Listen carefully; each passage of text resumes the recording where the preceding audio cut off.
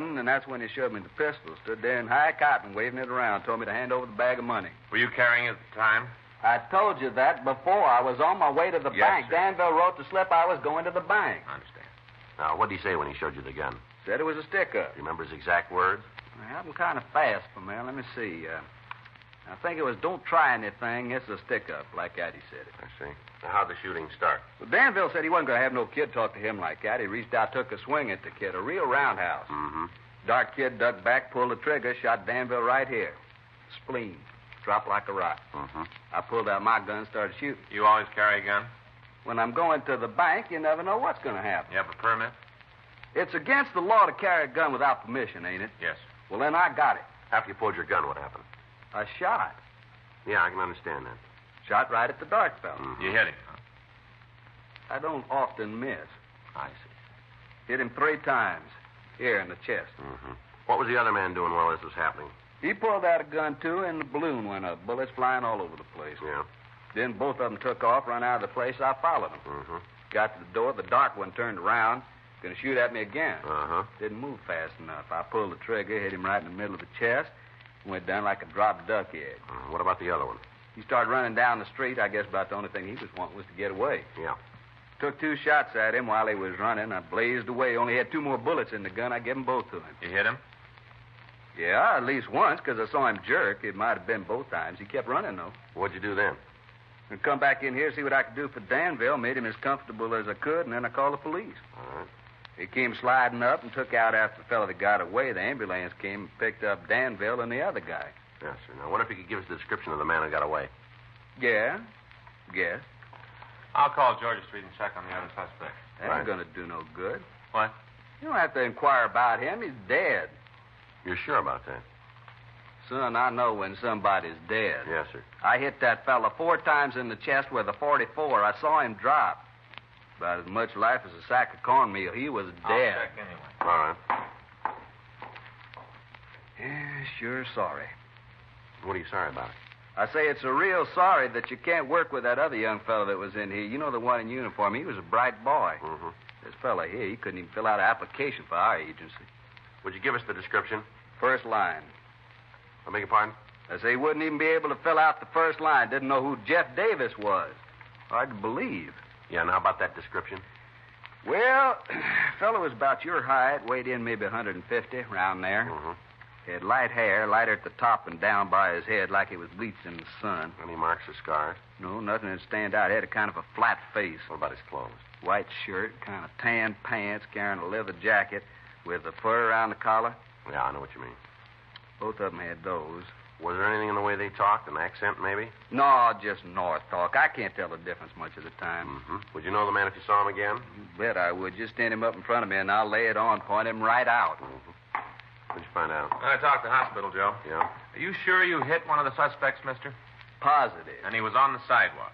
Saw him hit and die. What's the matter? Well, the ambulance only brought in 1 person. Yeah. The dead man's gone.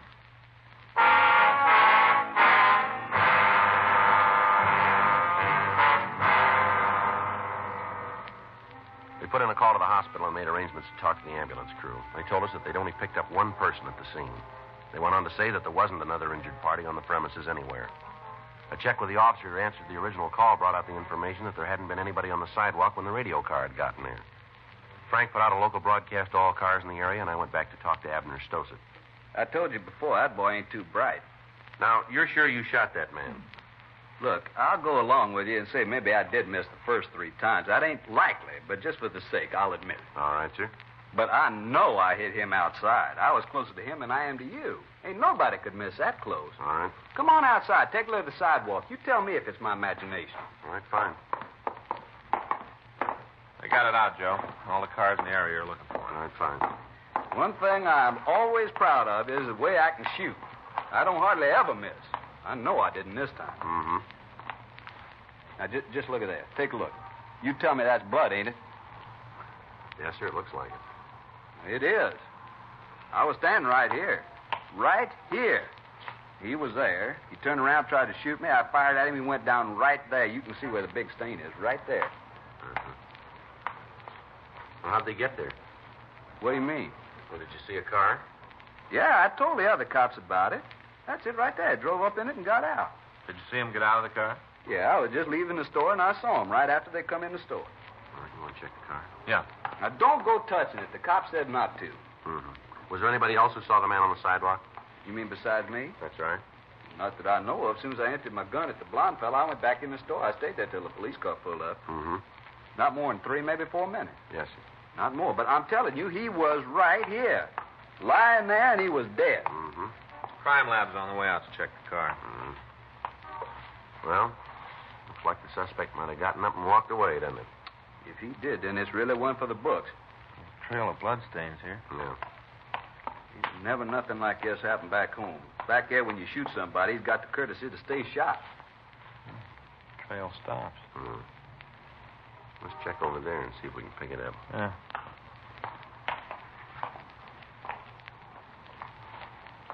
How about it? Nothing. It just stops, that's all. Maybe somebody picked him up in a car. Yeah, must be. Was there anybody else parked in front of the store at the time? Not that I remember. You can see yourself. We got the sign where it says just for the customers. You're absolutely sure there was nobody else? If I wasn't, I'd have told this fella. Yes. You didn't see the man get up off the sidewalk? No, there wasn't no reason for me to look at him. As far as I was concerned, he was dead. I still ain't sure he wasn't. Well, the trail of bloodstains showed that he did leave here. It still don't sell me. I better start checking the neighborhood. Right. You want me to help you? No, sir, that won't be necessary. Mr. Friday, Yes, sir. could I talk to you for a minute? All right. Alone? Excuse me, Frank. Yeah.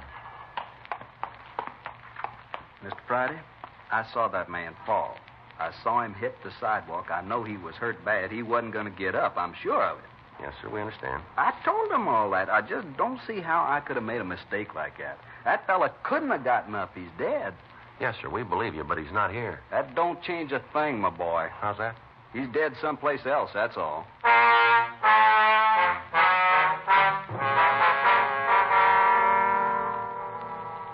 An immediate search was started of all buildings in the area.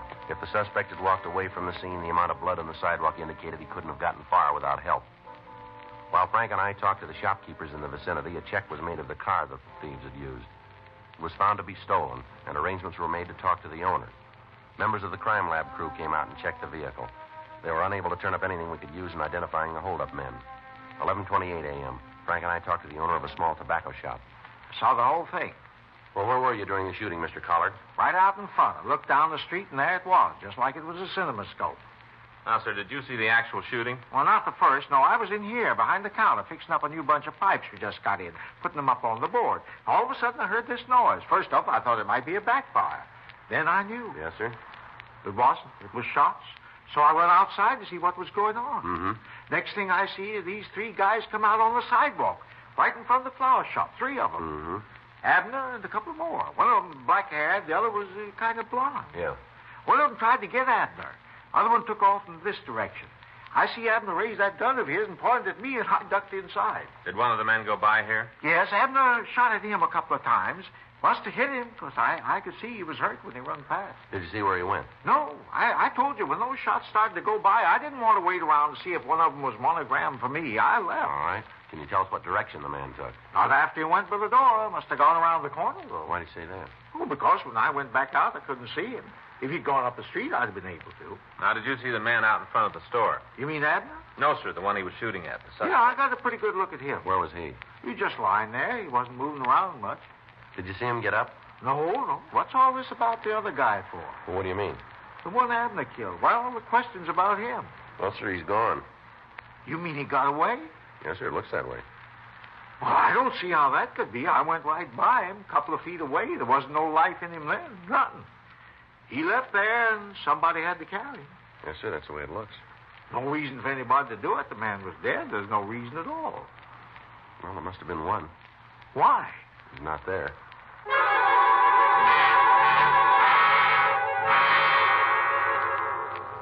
Frank and I checked out the rest of the neighborhood, but we failed to turn up any information.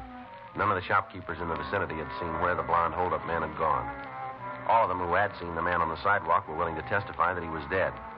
Yet the physical evidence at the scene indicated that he'd gotten up under his own power and walked away carrying 4 bullets in his chest. 2:40 p.m. Frank and I returned to our car and began to cruise the streets in the area. 3:15 p.m. Well, it doesn't look like we're going to find him. Well, Frankie's got to be here someplace. Unless somebody picked him up. Yeah, it's possible. Yeah. Fellow on the bench over there, you see him? Oh, yeah. Waiting for the bus. He was there when we went by before. Take it easy when you pass him this time. All right. Better pull over. Yeah. Matches the description. Uh-huh. Looks like bloodstains on his shirt from here. It sure does. Fits in good. All right. You cover him from that side. I'll go this way. Right. Joe, he's got a gun. Joe, you all right? Yeah, thanks to this mailbox. I saw him pull a gun. Thought sure he got you. Well, he didn't miss by much. Well, we better check him. Yeah. I hit him twice, Joe. Take it easy.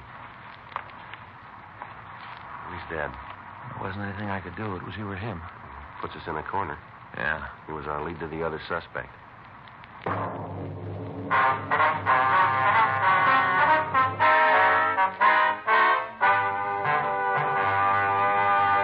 You are listening to Dragnet, the authentic story of your police force in action.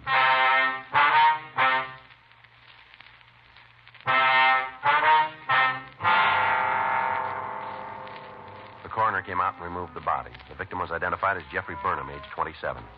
From his package, we found that he'd been arrested several times on charges of armed robbery and that he'd served one term in San Quentin. Abner Stossett identified him positively as one of the holdup men.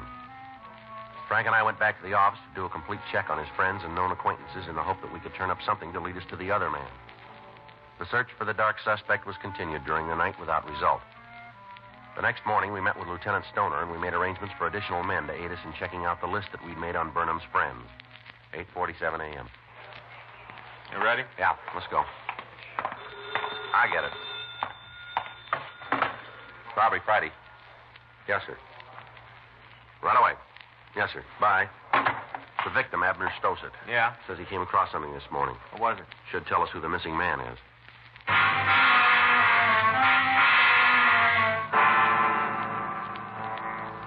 We left the office and drove out to the florist shop. Abner Stossett met us at the door. I don't know why I didn't think of it yesterday. What's that, sir? You remember how I told you they was both carrying leather jackets? Yeah. Well, after I shot the one fellow on the sidewalk, I came back in here to take care of Danville. Yes, sir.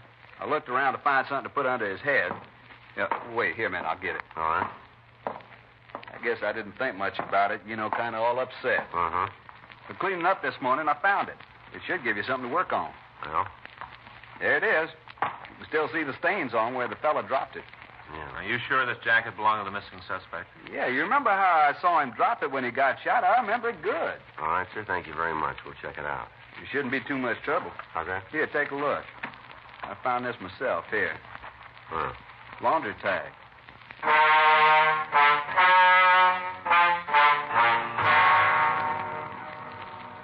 We took the jacket over to the crime lab. Lieutenant Lee Jones started to check through his records for the name of the cleaner that had serviced the garment. Frank and I went back to the office and talked with Officers O'Donnell and Gerber. They told us that the list of the suspect's friends had been checked without result. The search for the missing man had been called off, and the additional units had returned to Metro Division. At 4:30 p.m., we got the call from Lee Jones. He gave us the name and address of the cleaner. Frank and I left the office and drove over to his shop. Yes, sir. Something I can do for you? Police officer. This is Frank Smith. My name's Spidey. Oh, How do you do, sir? hope there isn't anything wrong. No, sir. We just like some information. I got it. It's yours. All right, sir. Ever see this before? Leather jacket. A lot of them around. How about this tag here? It's one of yours, isn't it? Let's see. Yeah, there's our mark. Can you tell us who brought this jacket in to be cleaned? It'd be hard to say. Well, the way we got it belongs to a fellow about 25, dark hair, about 150 pounds. We do a good-sized business. Hard to remember all the people who come in. That's right, sir, but do you have that many leather jackets? No. Wait a minute. Let me think a minute. Might be outside, but it could be. What's that? Halleck. Norman Halleck. He looks like how you said. I've done some work for him and his family. It might be him. Can you tell us where we can find him? I got his address in the book. I can look it up for him. If you would, please. It might be. I hear he's been in trouble with the cops before. Would you know what for? No, it's just neighborhood gossip. I didn't think I'd want to put my name on. Uh-huh. Here it is. Norman Halleck. Hallik. 10267 Sacramento Street. All right, sir. Thank you very much. Why don't you tell me what he's done? I think it'd be better if we talked to him about that. Sure, it's his business anyway. Yeah. That's the trouble with people nowadays. They're all the time pushing in on somebody else. Telling things they aren't sure about, giving people bad names for nothing. Well, there's one small difference here. Huh? This fellow made his own name.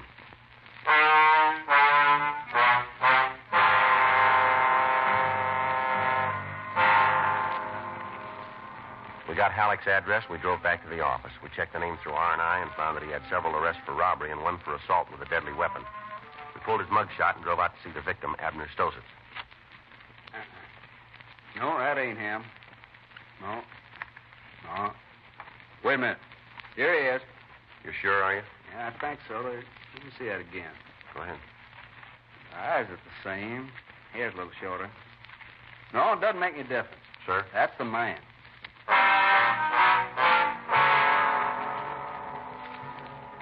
Frank and I drove over to the address on Sacramento Street. We checked with the landlady, and she told us that Norman Halleck was in his room. We went upstairs. That should be it.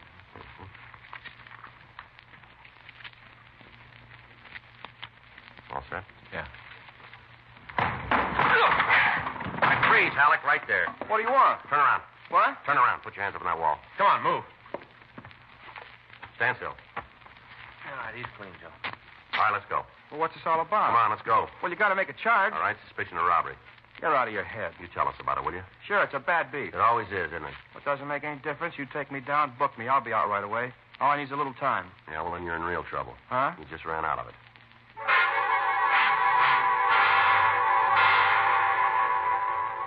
We searched the suspect's room, but we failed to find anything to further tie him in with a robbery shooting. He was taken to the city hall where Frank and I talked to him in the interrogation room. How about it? Does that jacket belong to you? I don't know. The cleaner says it does. Well, a lot of leather jackets. How's he know this one's mine? All right, Halleck. Now, come on. We got you made, and you know it. I told you before, this is a bad beat. You're going to save yourself a lot of time if you cop out. I'm glad to help, but I can't give you anything. Where were you yesterday? Home. Anybody to back that up? Yeah. Well, then you can come up with the names. Sure, all you need. You know a Jeffrey Burnham? Burnham? Burnham. I know a lot of people. I might know. All right, now, this is a simple question. Just give us an answer, will you? You put it like that, I gotta say no. Stand up. Hmm? Nothing wrong with your ears. Stand up.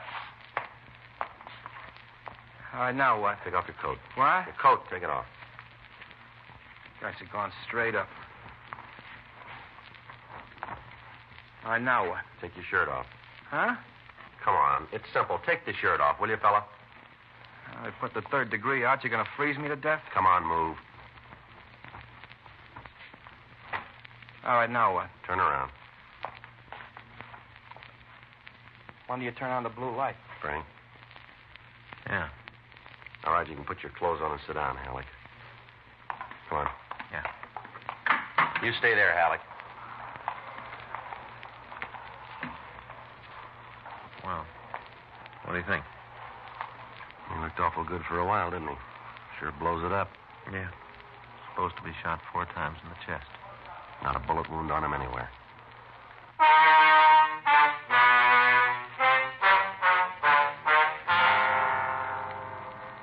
A special show-up was arranged, and the suspect was shown to the victim. On seeing Halleck in person, he was unable to give us a positive identification. The suspect was detained at the main jail while we checked out his alibi for the day of the robbery. It held. Several people swore that he was 2 miles from the scene when the shooting took place. We questioned him about the leather jacket. He was unable to come up with an explanation as to how it could have gotten to the scene. We checked out all of the people in the building where he lived, all of his friends and associates, and on June 11th, he was released from custody. 10:16 a.m. Frank and I got back to the office from the main jail. Well, I guess better check with the skipper, huh? Yeah? You got a good excuse? Yeah, we'll just tell him the way it happened. He has to go along with it, it's the truth. Well, Joe, it isn't logical that a man could walk around with 4 bullets in his chest and we can't find him. Well, then you tell me what we're looking for. Well, do you think Halleck gave us all he had? I don't know. At least we know he's clean. Yeah. No. Where do we go from here? We'll go tell the skipper. All right. Put it in the books and keep working on it. We got one thing with it. Huh? Had guys around someplace. Sooner or later, somebody's going to have too much to drink, maybe get in a fight with their girlfriend, trust somebody too much, but they're going to say something. When they do, we'll hear about it. And we'll get to them. Yeah. Just a matter of time. Mm-hmm. One thing, we got more than he has.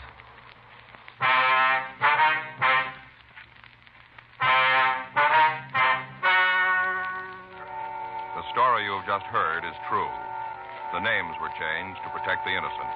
On June 11th, a meeting was held in the captain's office, Robbery Division, Los Angeles Police Department.